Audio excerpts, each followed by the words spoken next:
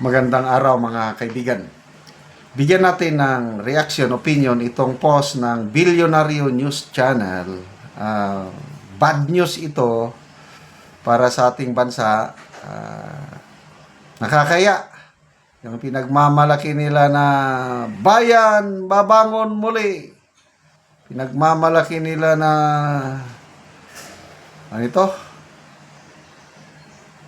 Magiging ko ng Pilipinas yung may tawag sila middle income upper middle income level, yung mayaman na daw ang Pilipinas. Ganon ang pinagmamayabang ng Marcos Jr. administration O ito ngayon, breaking, PH GDP falls to 4.4% in 2025. Yan na po yung ating gross domestic product or economic growth. 4.4% lang. Ito pa yung pinagmamalaki na nila. Pilipinas daw, second fastest growing economy in Asia. Ano ito? Bumabagsak. Lower than the 2024's growth numbers at 5.7. No? Laking binawas. Ang growth target ng gobyerno is nasa 6 to 6.5. Yan ang palaging growth target. Last year, bumagsak kaya hindi naabot ang 6, 5.7 lang. Ngayon, lalong bumagsak dahil 4.4% na lang. Yun naman per capita. GDP per capita is also down in 2025 to 2.1% compared to 4.3 in 2024. Malala ko nung third quarter, lumabas yung data. Yung by quarter na economic growth, mataas-taas pa nung first quarter, second quarter. Nakalimutan ko na yung numbers. But nasa more than 5%. Ganun. Pagdating ng third quarter, bumulusok 4% na lang. Sabi ni Recto. Siya pa ang finance secretary nun. Hindi, makakabawi tayo dyan. Kahit ang Pangulo, sabi niya, we can still recover. Why? Dahil, ang sabi nila, ngayong last quarter, dahil daw sa holiday season, bubuhos ang local spending. Ano pa? Dahil nag-release daw ang gobyerno ng pondo, trillion, 1.3 trillion ata yung rehabilitation ng mga bagyo. Ganon. So, government spending will be maximized para tataas ulit ang ekonomiya. Anong nangyari? Wala, hindi nakabangon ang ating ekonomiya. Ulitin ko first and second quarter economic growth maganda. Nasa more than 5%. Bumulusok ng todo 4% September. Kaya, ang average na lang ngayon sa buong taon is 4.4. Malala ko, panahon ni Tatay Digong, pag-upo niya, pataas yung nasa 6%, more than 6%, ang ating yearly economic growth, panahon ni Tatay Digong, nakaabot pa nga ng 7% noong 2019. Kaya ang ganda ng prospect natin noon. Yung tourism natin, panahon ni Tatay Digong, ang ganda.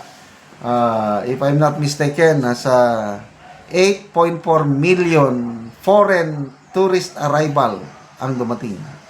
Pinakamataas sa kasaysayan ng Philippine tourism. Yung Chinese tourist ang pinakamalaki dahil nga sa magandang diskarte ang ating Tatay Digong, hindi niya inaway yung China.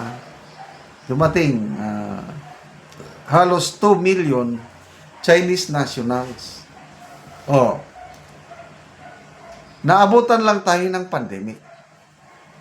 So, dahil sa nagka-pandemic, natural, bumaba ang ating ekonomiya, bumaba ang lahat.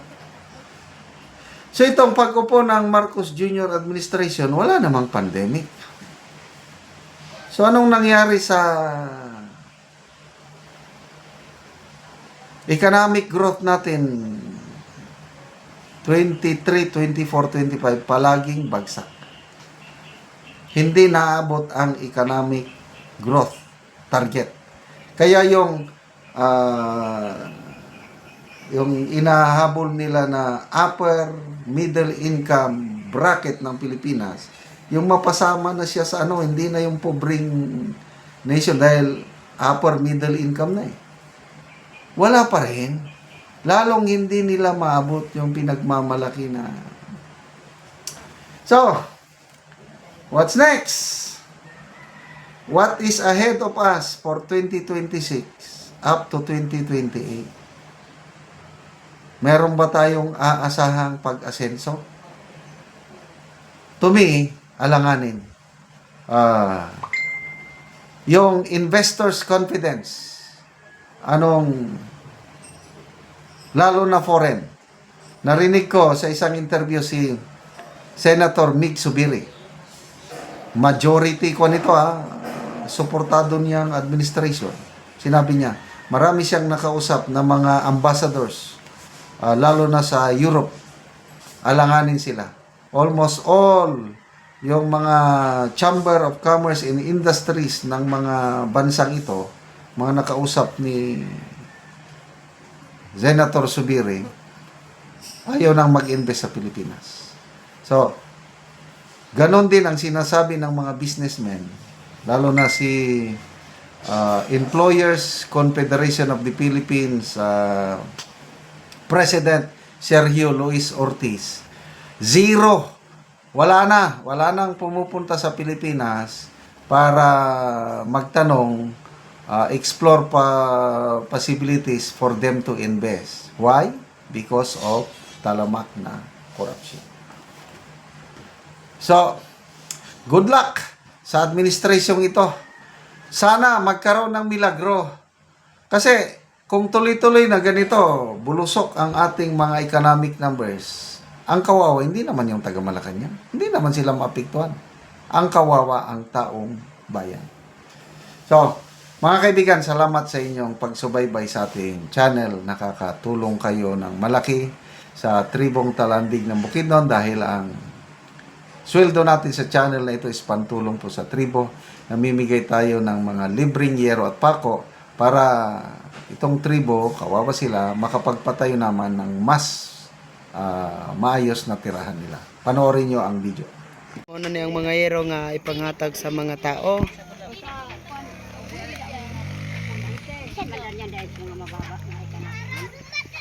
So, muna ni silang anti ang matagaan. Ang natagaan, salamat kaayo. Sobra salamat sa pinasukan.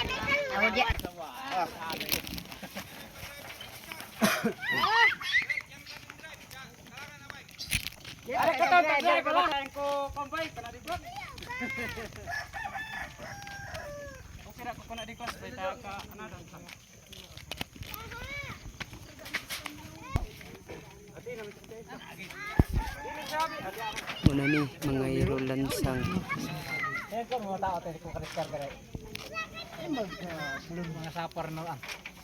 Hade! Hade! Yan na si Pamela. Banakakilaman. Sambayan, kilo mata na.